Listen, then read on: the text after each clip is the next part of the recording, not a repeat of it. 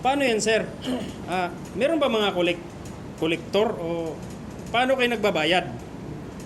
May nangongolekta ba siya sa bahay o pupunta kayo sa opisina nila para magbigay? Ano tawag yan? Cash, mag-payment? Actually, sa case namin, sinamit ko siya sa, kasi negosyante din ako eh.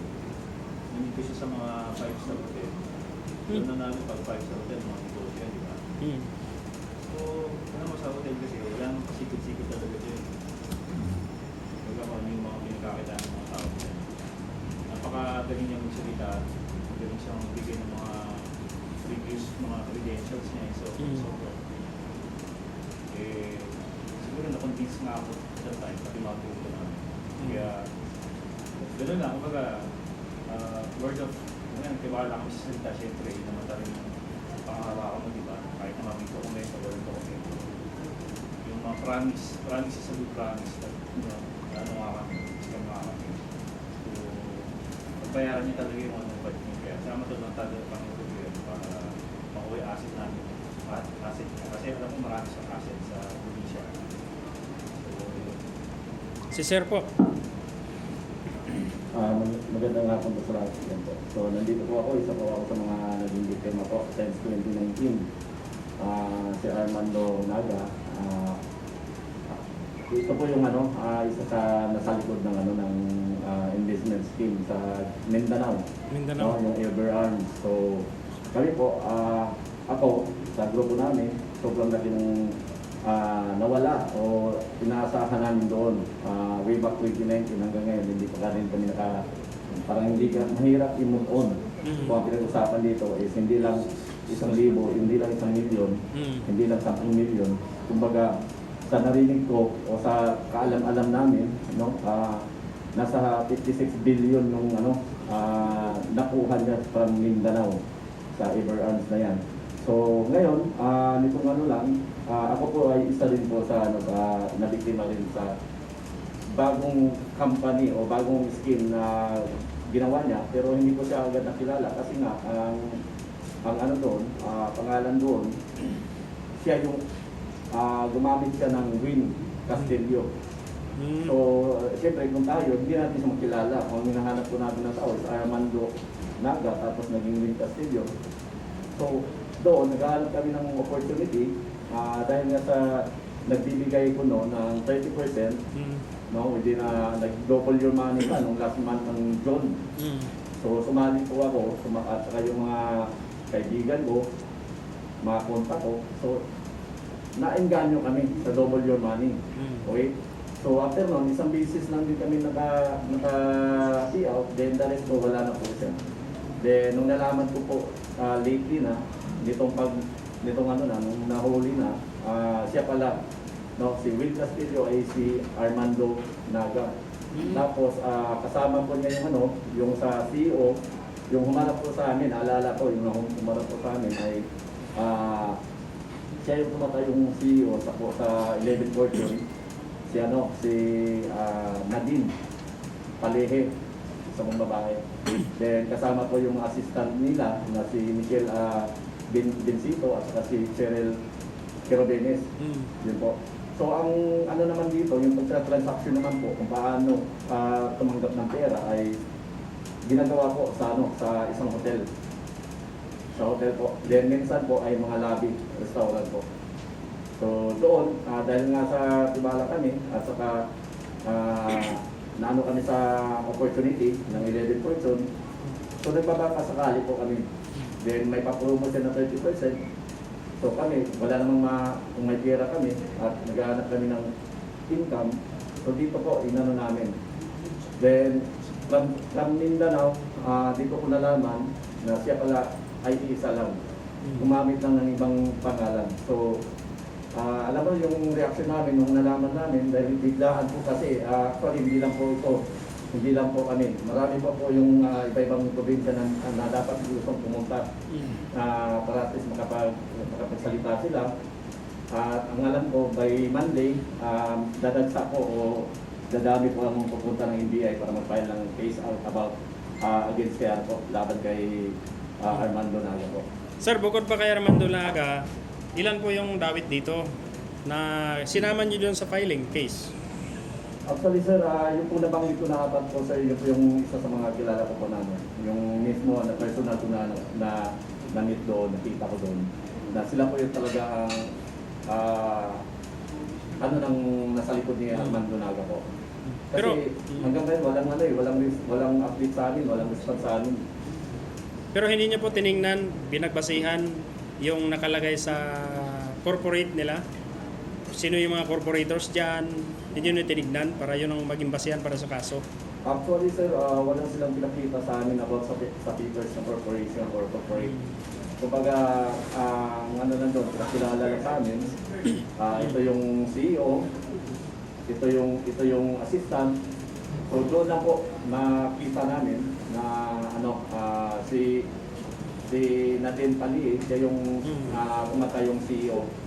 Then yung secretary ay si Michelle Bencito at saka yung assistant secretary ay si Cheryl Querobini po. Sir, clear lang natin. Ano po kay Sir 150M, sinasabi mo billion sa inyo. Ilang billion sa paano? Yung 56 billion po sir, yun po yung kabuuan na scam ni Armando Naga sa way back 2019 po sa Everarms Investment Scheme. 56 billion. Opo. Pwede ba na magkaroon lang tayo ng konting computation? Gaano na ba yung total na naipasok ninyo dun sa investment na yan? Magkagaano rin karami yung na-take out ninyo? Actually sir, dito ko sa Elevate Fortune, ang usapan mo natin dito, kaya kung nandito po ako, ay kumbaga ako, from Everarms, then sa Elevate Fortune, dito po sa Elevate Fortune po, nahigit 4M po yung ano namin. Hindi, yung halimbawa sir, yung sa'yo lang. Yung sa akin lang po. Hindi naman ganun kalaki sir at hindi naman ganun kaliit. Pero pihirap nag-usapan dito. Mahal. So nasa I-quantify natin yung 180 plus na po sir. ang na-take out, magkano naman? Ang na-take out ko lang sir, nasa 21,000 lang po. So hindi yan double your money o triple your money, walang ganun. Walang ganun po sir. Kasi ang nangyari po dito sir, ang na-take out ko lang po is about lang referral. So invite sa tao. Doon ko lang po, yun lang po nakuha ko. Pero yung 100, kasi yung 180,000 ko po, hindi ko natikman po yung interest loan. So yung referral lang, kumbaga parang commission. Yes po sir. So ganoon din ako sa inyo sa iba ninyo, sa inyong alim, ganun din, sa inyo pa naman. Ganun yun, sir. Bali, sa amin kasi sa huli bukso na kami nakasali na kung kailan patapos na, kaya kami nagpasok. Kaya yung pinasok namin, total of 10M sa grupo namin, wala man Hindi, lang. halimbawa sir, yung sa'yo lang. Magkano Yung sa akin, sir, 3M. 3M. Kahit yung capital ko, hindi bumalik, sir. Kahit Pero yung gano'ng interest. bumalik to? Nagbabay, bumalik man yun. Payment ba kayo sa medyo? Wala, sir, kasi sa huli bukso na kami So nakasali. talaga sir. totally naubusin yung 10M ay yung 3M mo. Ay, totally, sir, naubos. Ang pakinabangan ko lang dun, sir, magkano lang, wala pang 50 mil para sa Delta Pera. Pero lang, ano. Thank you. So, pwedeng paka-identify pa yung mga picture na yung kasino na. Yung picture po. So okay na tayo sa president. Pa-identify lang. Okay, president. Senior sa tayo. Sir,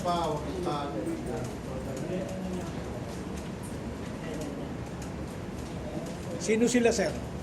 Yung nasa picture.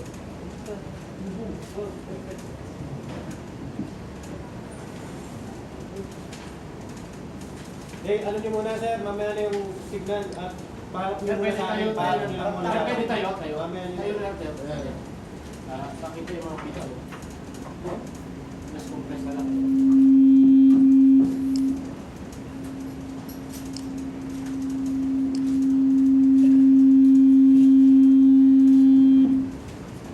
Wala kayo suspect eh.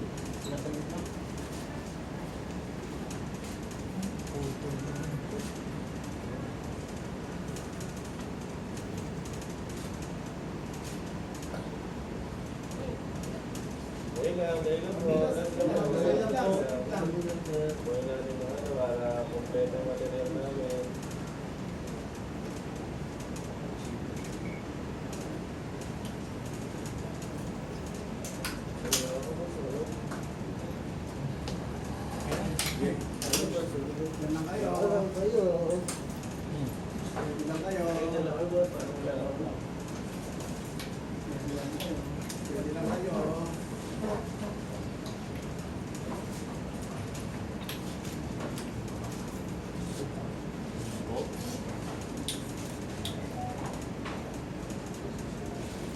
Sir, pwede ba magtanong na isa? Walang ah. Dahil lang mag-aakit sa...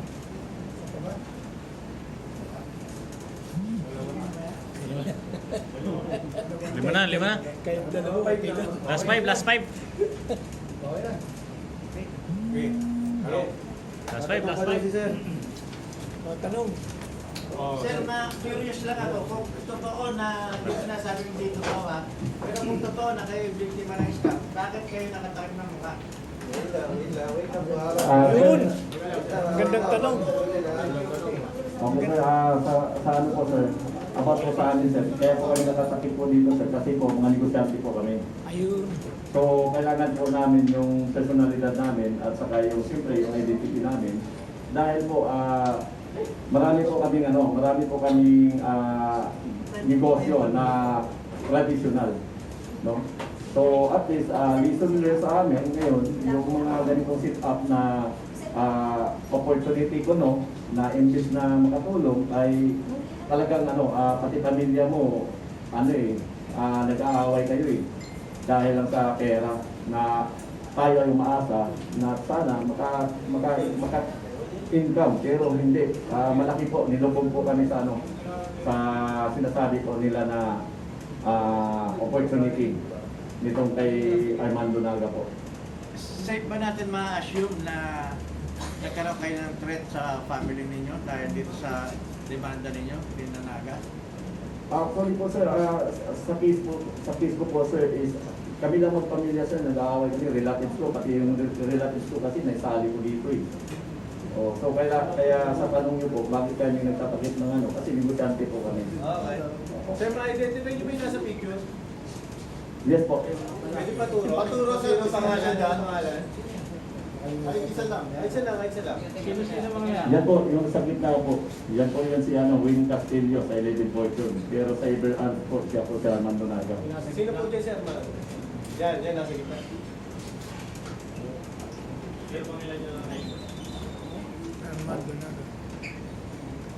Ano po sir? Actually sir, masabi ko siya sir, 4 o 3 beses. Pero through online po yung iba. Okay. Excuse me.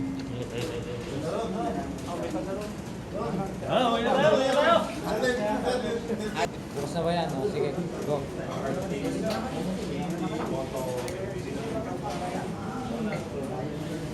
Sir, ano po ba yung nasasabing reklamo?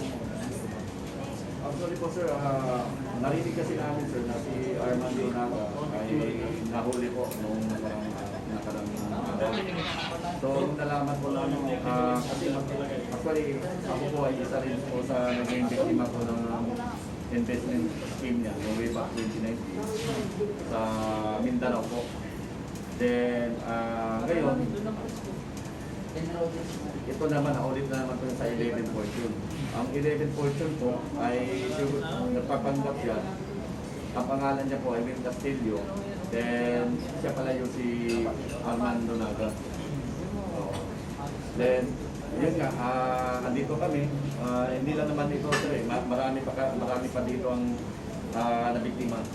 Ang iba lang ay biglaan lang talaga na marami sana ang gusto pumunta dito. Kaso nga lang, biglaan po yung ganitong hindi na sila nakakabot pa. Pero asahan natin sa Monday, marami pa mga fire MDI po. Ano po ba ito? Na-file na po na kaso na reklamo na before? Actually sir, ang natanggap ko po, na-share lang sa social media ay yung dating yung warrant o pares niya na 2019. So kami po ay ngayon dito sa 11 Fortune. So sa kanya din pala yung 11 Fortune. Ano po ba itong 11 Fortune na ito? Ang 11 Fortune sir, ito po yung sir, inaalok nyo na sa mga tao o sa amin na 20% monthly. So yan po ay promo daw kasi tinatanong namin, inaalam namin kung ano po yung source. Ang sabi nila, meron daw silang contact sa casino. So yung contact nila sa casino, ito po yung si Jonathan Bombeo at saka si Ronaldo Soriano po. Totoo ba na 2 billion ang involved dito? Ano po, sir? 2 billion ang involved. Actually, sir, hindi ko siya masabi na to 2 billion, sir, kundi ito sa 11 Fortunes kasi ang sa amin kasi sa grupo lang namin. Magkano yan? Oo. So sa grupo po namin, sir, umabot po ng 4 million plus po yun sa amin po. 4 million plus po. Ano pong pangako sa inyo na ano po ito, weekly? Nakikita? Actually, ang sabi, weekly ang payout, then yung interest ay monthly. So, ang nangyari po, isang business na po ako naka-payout, then the rest nun, wala na. Sila tanong namin hanggang ngayon, update o ano yung advisory, wala kaming natanggap na response galing sa kanila. Then, pag once na nag-message kami sa kanila, sila pa yung nagagalit. Parang nangyari sa tinakbuhan ng ilang taon na po? O ilang buwan? Bago lang po itong Living Fortune, sir, nagsimula lang po ito nung month ng May 2023 po. Tapos nag-double your money, offer sila nung June. So, nangyari po is yung may-ari nito, nalaman nyo yung dating scam. Yes po, yes po. So, ano pong masasabi nyo po ngayon doon sa tao na yun? Ang masasabi ko lang po talaga ay dapat yung sinasabi niya noon, nitong nakaraang buwan lang ng August, mayroon daw siyang 100 million kasi nga daw may mga properties siya at saka dapat daw magre-refund siya or magre-release daw na siya. Dapat noon pag ginawa na niya, para man na kami, makatanggap din. Okay. Ano po next step po ng inyong grupo? Dahil po dito. Ano po yun? Ano pong susunod yung hakbang? Ang susunod po na hakbang namin sa grupo namin sa Monday po, magpapayad po kami ng sa NBI po mismo.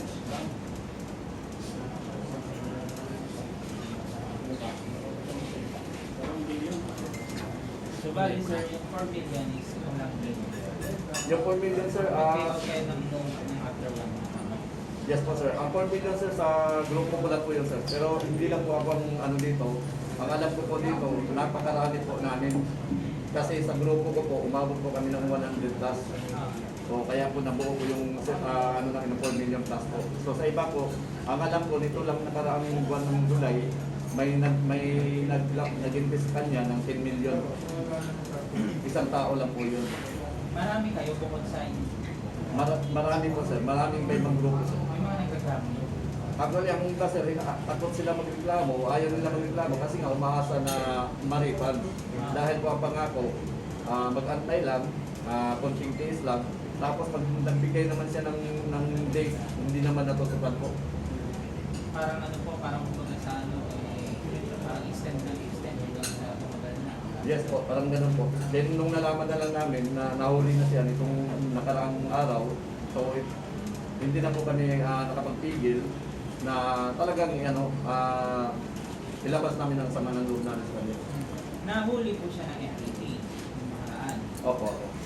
So ano pong kaso yun? Yung same day? Ang kaso doon, sir, ang nakita ko, yung dating warrant niya po sa Mindanao na Ever Arms po, na investment scam po. So ang ginagawa ko nito, nagtatayo ng ibang company, pagkabuko ng isa, Yes po. Tapos nagpapalit siya ng pangalan. palit ng pangalan. Tapos yung ano naman niya po ay lalo-lalo na po yung mga ano niya, yung sa cheque po, meron po kami hawak na cheque sa 11 Fortune. Yun po yung patay yung CEO ay si Nadine Kalihi po. Tapos siya yung pinapakilala sa amin na siya yung CEO, then yung secretary, yung laging kasama niya. Puro mga babae po yung kasama niya. Si Michelle Vincito, siya yung secretary, assistant secretary po, si Cheryl Kirobinis. Sila po yung laging magkasama nung time na yun. Tapos pag once na mag-message kami, wala pong response. Kaya kahit sino naman po, sir, pag once na ganito, naghahangat tayo na may update. Ilang beses na mag-message man lang, hindi man lang makapag-reply o ano man. So, yun po, gusto namin ilabas yung sama ng loob namin. Opo. I-record nga natin yung kuya, yung ano. Record niya. Yung sinabi ni Nick sir. Huwag mo na buksan yan. Doon na lang mic ko. Sige, roll. Sige sir, ano pong masasabi niyo dun sa kanya or dun sa mismong ng scam post na yun? Masasabi ko lang po sa kanya, dapat noon pa, nung sinabi niya na ano sa kasamahan namin, na meron siyang 100 million, may mga property siya, dapat noon pa niya binalik yung pera namin. At least man lang, kahit pa paano ay makatulong sa pamilya namin, sa mga pangangailangan namin. Kasi nga po, ilang buwan po, hindi ilang buwan, taon po ang inaantay namin na kami po ay mapansin niya, mabigyan man lang niya na kahit wala ng interest. Picture niya, sir. Ano niya, sir? Opo, ito po si Armando Naga, tapos Yeah, sir. nagpalit ng pangalan. Sir, picture niya, tapos turo niyo. Ito po Saan siya dyan? sa gitna po. Yan. Siya po si Armando Naga at saka Wayne Castillo po ng 11 Fortune. Isang tao lang yan, sir, no? Opo, opo. Dalawang pangalan. Dalawa pangalan po. Ano po yung unang isang pangalan niya? Armando Naga po. Tapos yung isa po, Wayne Castillo. na nag-iiba lang. Yes po. Yung una ho, yung unang company, magkano mo na ako sa inyo? Sa amin po, kasama po yung relatives namin sa Mindanao. Ito po kasi yung kasagsagan ng mga investment sa Mindanao way back 2019. Sa pamilya lang kasama yung sa relatives ko, nasa mga 6M po, mahigit po. Hindi pa kasali yung yung mga sa mga kaibigan ko. Iba pa po. Meron pa po. So, nung nalaman nyo, nung nahuli, nag-anuli kayo dito sa Panamato. O magkasampa pa lang? Magsasampa kami ng kaso po dito sa 11 Fortune po kasi siya po yung nasa likod ng 11 Fortune. Dahil po siya mismo sa mga transaction na nangyayari, nandun siya. Then siya yung mismo napakilala ng CEO, ng secretary. Tapos nung time kasi, lately ko na lang nalaman na siya pala si Armando Naga po. Kasi sa 2019 na investment po, hindi ko po siya nakita doon. Yung 2019 yun na investment, sir, ganun din ang tema. Ganun din po, 30% monthly po. Then, ang doon, talagang walang katulad sa nangyari ngayon. Pero yung nangyari ngayon, ay ang source niya, yun nga, naalam namin, ang source niya is casino contact po. Ito po, meron sa mga contact sa casino daw, sila Jonathan Bombillo at saka si Ronaldo Soriano. Pero hanggang ngayon wala po babalik pa. Actually, sa akin po sir, sa loob po ng 7 buwan po sir, 21,000 lang po yung tikman ko sir. Sa kapital po namin. 4 million, Opo. 51,000. Yes po. Yun yung unang beses. Actually sir, referral lang po yun sir. Wala pa yung... Wala pong interest. Wala po na ibalik sa amin. Unang payout na cash. Wala po sir. Bali yun lang yung parang nag-invite kayo. Yes po sir, yung invite lang po sir nandun sa Ginigwa. Una naman naman ito. Maisama natin. Okay, okay. Sir, pakiulit-ulit, ang sa tansa ninyo, abot ang 2 bilyon lahat. Yes po sir. Sa sobrang dami po ng tao po na biktima po dito. Hindi lang po sir, meron pag Cebu kasi galing pa siya ng Cebu nung month ng month ng June po. So, ibig sabihin, isinuwet pala yung operation, no? Hindi lang sa Mindanao. Yes po. Sir, pwede pakitaas po ninyo itong mga papel. Taas niya. Tayo. Ito. Meron na ba kayo niyan?